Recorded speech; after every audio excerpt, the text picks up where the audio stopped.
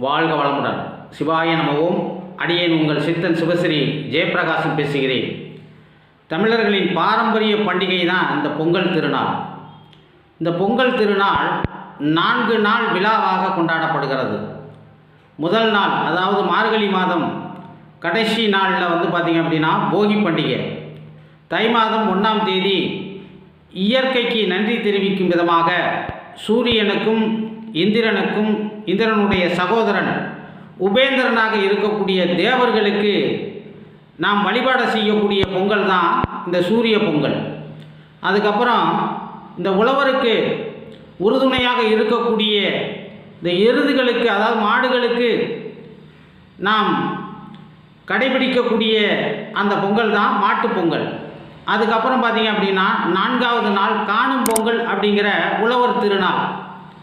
இப்படி 4 நாள் விழாவாக மிகவும் சிறப்பாக கொண்டாடப்படுகிறது இந்த தமிழர் பண்டிகை. இந்த தமிழர் பண்டிகையில் பார்த்திங்க அப்படின்னா முன்னோர்கள் வழிபாடு உண்டு. இந்த தை மாதம் 1ஆம் தேதி அப்படிங்கிறது உத்தராயண புண்ணிய காலம். அப்போ ஒரு வசந்த கால தொடக்கம் அப்படின்னு சொல்லலாம். அப்போ இந்த முன்னோர்கள் வழிபாடு நாம் செய்யும் பொழுது நம் குடும்பத்தில் இருக்கக்கூடிய பிரச்சனைகள் எல்லாம் தீரும் அப்படிங்கிறது ஐதீகம். ஏன்னா முன்னோர்கள் ஆசி இருந்தால் தான் நம்மளுடைய குடும்பம் வாழையடி வாழையாக எல்லா வளங்களும் பெற்று நலமோடு வாழ்வார்கள். அப்படி இருக்கும் பொழுது இந்த குலதெய்வ வழிபாடு என்பது ஒவ்வொரு குடும்பத்துக்கும் முக்கியம்.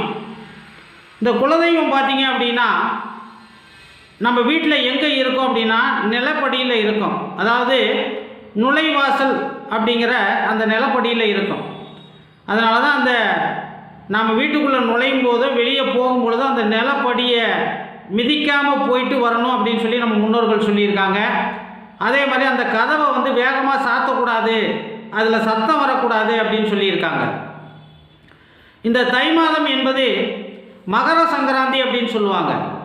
மகர சங்கராந்தி அப்படின்னா சனி பகவான், அதாவது கர்மகாரகன் சனி பகவானுடைய வீடான மகர ராசியில் இந்த சனி பகவானுடைய தந்தையான ஆன்ம கிரகம் என்று சொல்லக்கூடிய சூரிய பகவான் போகின்ற நாள் தான், அதாவது அடியெடுத்து வைக்கின்ற நாள் தான் இந்த தை மாதம் 1ஆம் தேதி.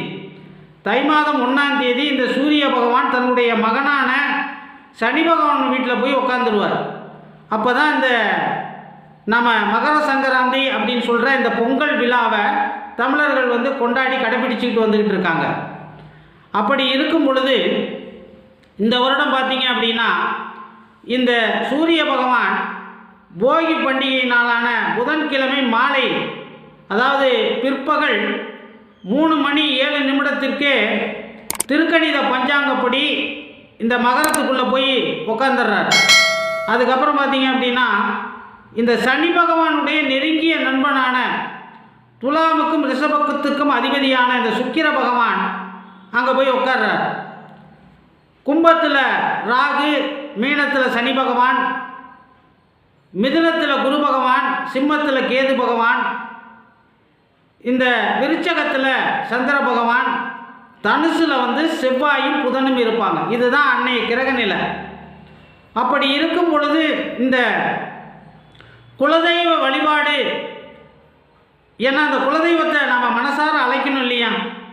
அதை எப்படி அழைக்கணும் அப்படின்னு பார்த்தீங்கன்னா இந்த போகி பண்டிகை அன்னைக்கு நம்ம வீட்டில் எல்லாமே சுத்தப்படுத்திட்டு, ஏதாவது வேண்டாத பொருள்கள் வீட்டில் இருந்தால் அதை தூக்கி வெளியில் போட்டு எரிச்சிட்டு, அதே மாதிரி நமக்குள்ளே இருக்கக்கூடிய அந்த கோபம், பொறாமை, அதே மாதிரி தீய எண்ணங்கள், பொய்மை, இதெல்லாம் சுட்டு எரிக்கணும். அந்த எரியக்கூடிய நெருப்பில் பொருளை போட்டு தான் எரிக்கணுங்கிறது கிடையாது. நம்மளையும் நம்ம சுத்தப்படுத்திக்கணும். எல்லாரும் நல்லா இருக்கணும், நாமும் நல்லா இருக்கணும் அப்படின்னு நினைக்கணும். அப்போ ஒரு புதுமையான வாழ்க்கை, புது தொடக்கம், வசந்த கால தொடக்கம்னு நான் சொன்னேன். அப்போ இந்த போகி பண்டிகை அன்னைக்கு எல்லா வேலையும் முடிச்சுட்டு மாலை 6 மணிக்கு மேலே நம்மளுடைய குலத்தை காக்கக்கூடிய அந்த குலதெய்வத்தை வழிபாடு செய்யணும். எப்படி வழிபாடு செய்யணும் அப்படின்னா, நம்ம பூஜை அறையில் குலதெய்வத்திற்கு வாழை இலை போட்டு அதில் அரிசி சாதம், வாழைப்பழம், வெத்தலைப்பாக்கு இதெல்லாம் வச்சு நம்மளுடைய குலதெய்வத்தை நினச்சி, அது ஆண் தெய்வமாக இருந்தாலும் சரி, பெண் தெய்வமாக இருந்தாலும் சரி, அந்த தெய்வத்தை மனசார வேண்டி, அம்மா, ஐயா, எங்களுடைய குலம் வாழையடி வாழையாக தலைத்து 16 வகையான செல்வங்களையும் பெற்று வளமோடு வாழ வேண்டும், அதற்காக எங்களுக்கு துணையாக எங்கள் இல்லத்தில் வந்து நிரந்தரமாக தங்கு, எங்கள் வீட்டுக்கு வா அப்படின்னு சொல்லி அந்த குலதெய்வத்தை வேண்டி இந்த பூஜையை நம்ம செஞ்சோம் அப்படின்னு சொன்னால், குலதெய்வம் மகிழ்ந்து நம் இல்லத்திற்கு வந்து தங்கும் பொழுது நமக்கு எந்த விதமான கஷ்டங்களும் வராதுங்க. குலதெய்வம் வரம் கொடுத்துருச்சு அப்படின்னா வேறு எந்த தெய்வத்துக்கிட்டையும் நாம் போக வேண்டியதில்லை. ஆனால் மற்ற எந்த தெய்வத்துக்கிட்ட நாம் போய் வரத்தை வாங்கினாலும் கூட குலதெய்வம் வரம் கொடுக்கல அப்படின்னா அந்த நாம் போய் எந்த சாமியை கும்பிட்டாலும் அங்கே எதுவுமே கிடைக்காது. அதனால தான் குலதெய்வத்தை போய் கும்பிடு அப்படின்னு சொன்னாங்க.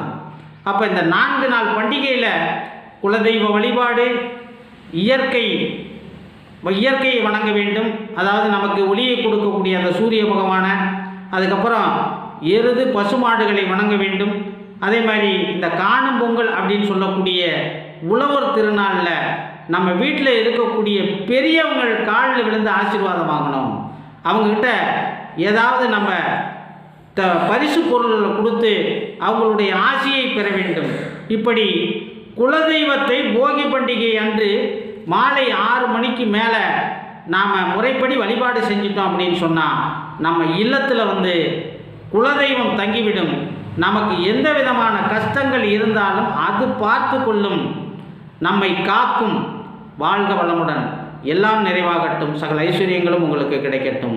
உங்கள் எல்லோருக்குமே என் இனிய தமிழர் பொங்கல் திருநாள் நல்வாழ்த்துக்கள். குலதெய்வ ஆசி உங்கள் எல்லோருக்கும் கிடைக்கட்டும். வாழ்க வளமுடன். ஓம் நற்பவி.